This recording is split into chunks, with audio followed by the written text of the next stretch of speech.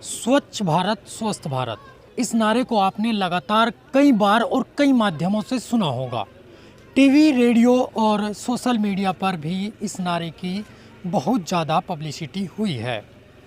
यह नारा देश के प्रधानमंत्री द्वारा लिखा गया था, जो कहा गया था कि स्वच्छ भारत रहेगा तभी स्वस्थ भारत रहेगा।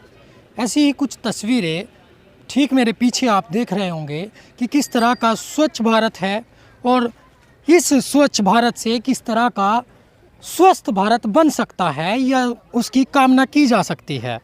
मैं मुजफ्फरनगर के उस इलाके में हूँ जहाँ पर ये कूड़ा पड़ा है। बात करेंगे यहाँ के स्थानीय लोगों से, लेकिन उससे पहले मैं आपको और कुछ भी दिखाऊंगा जिससे आपको पता चलेगा कि यहाँ के जनप्रतिनिधि किस तरह से काम करते हैं और क्या कुछ लिखवाते हैं अपने एडवर्टाइज में, क्या कुछ तरीके की लाइनें हैं जो दीवारों पर लिखी गई है एक इश्तिहार के रूप में। और यहाँ ये पूरी बस्ती है, एक कॉलोनी है मुजफ्फरनगर की, और इसके ठीक जस्ट बराबर में मेरे कैमरामैन आपको दिखाएंगे थोड़ा धुआं भी उठ रहा है। शायद कूड़ा जो है उसमें आग लगी है, जिस कारण से ये कूड़ा पड़ा है।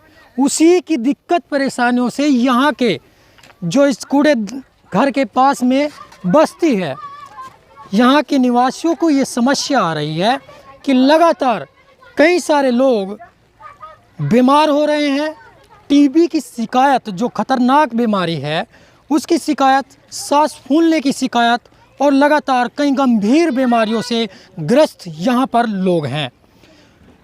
लोगों से बात करने से पहले मैं जिस इश्तिहार की आपको बात बता रहा था वो मेरे सामने है और मैं बताना चाहूँगा कि अंजू अग्रवाल लिखा हुआ है और उसके ऊपर नीले रंग में एक चीज़ लिखी है, एक पूरी लाइन है, स्वच्छता अपनाओ बीमारी भगाओ।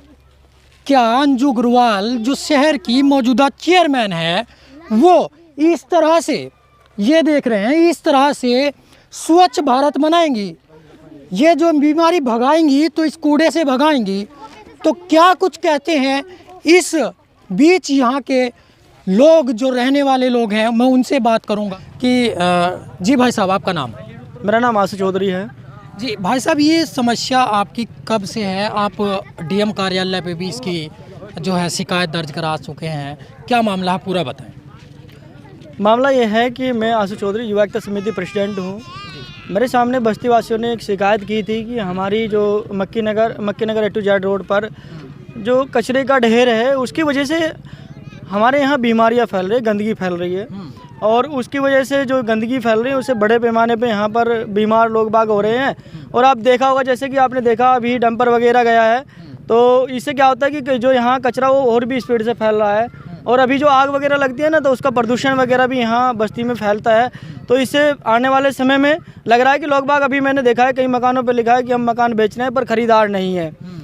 अभी तक तो हमने देखा था कि किसी दंगे की वजह से लोग पलायन करने को मजबूर थे, पर पहली बार मुजफ्फरनगर में हम देख रहे हैं कि किसी कुवाड़े की वजह से और किसी गंदगी की वजह से लोग पलायन करने को मजबूर हैं। तो हमने आज लिखित में एक एडीएम साहब को लिखित में दिया था। उसके बाद हमने सीएम पोर्टल ऐप पे भी उसकी एक कॉपी डाली है।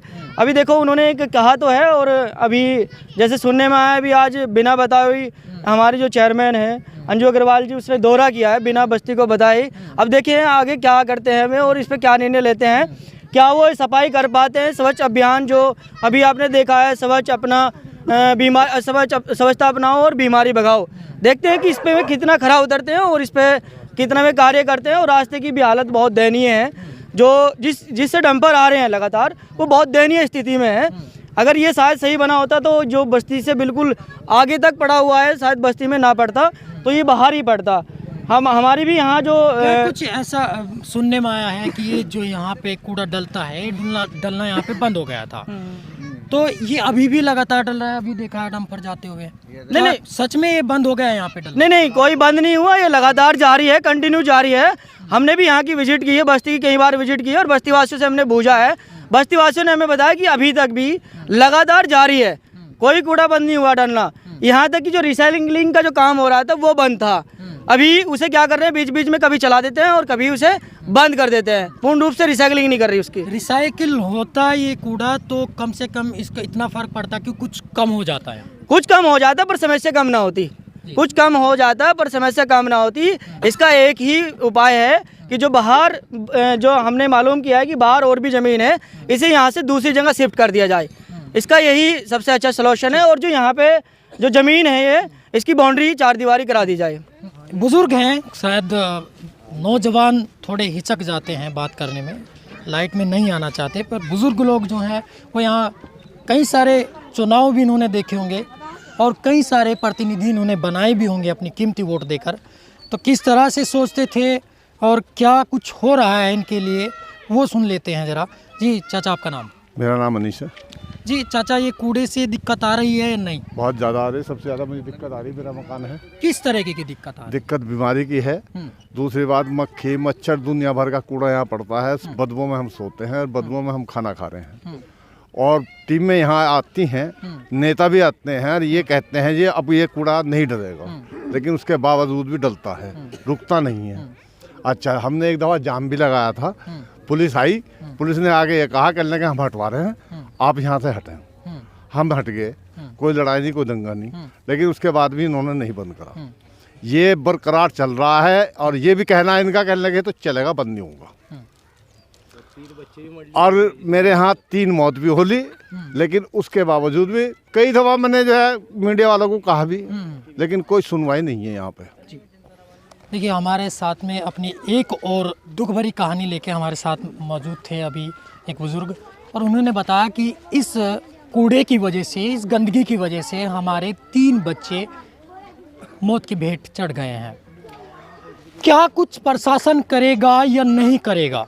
क्या कुछ यहाँ का सिस्टम सुधरेगा या नहीं सुधरेगा? ये तो आने वाला वक्त बताएगा। पर फिलहाल जहाँ तक जानकारी मिल रही है वो ये मिली है कि अंजू अग्रवाल शहर चेयरमैन अभी थोड़ी देर पहले ही यहाँ से जो है निरीक्षण करके निकली है।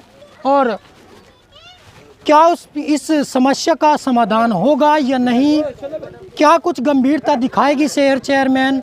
और यहाँ के स्वास्थ्य, नगर पालिका स्वास्थ्य अधिकारी पर भी हमारा ये सवाल है कि क्या इन लोगों की, इन स्थानीय लोगों की समस्या का निस्तारण होगा या नहीं, और कहाँ तक स्वास्थ्य अधिकारी अपने आप में काबिलियत दिखाते हैं और इन लोगों की इस समस्या को सुनते हैं।